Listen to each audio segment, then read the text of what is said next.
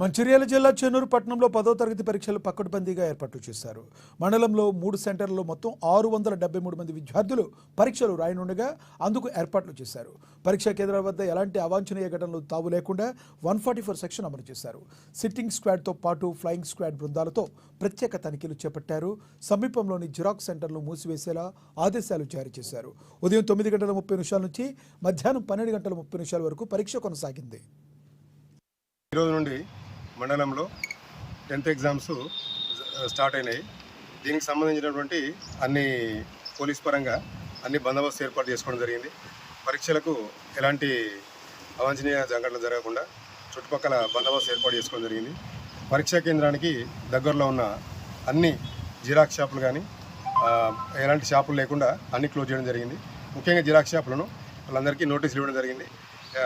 ఎట్టి పరిస్థితుల్లో కూడా ఎగ్జామ్స్ అయిపోయే వరకు కూడా వాటిని తీయకుండా మూసేయించడం జరిగింది. అన్ని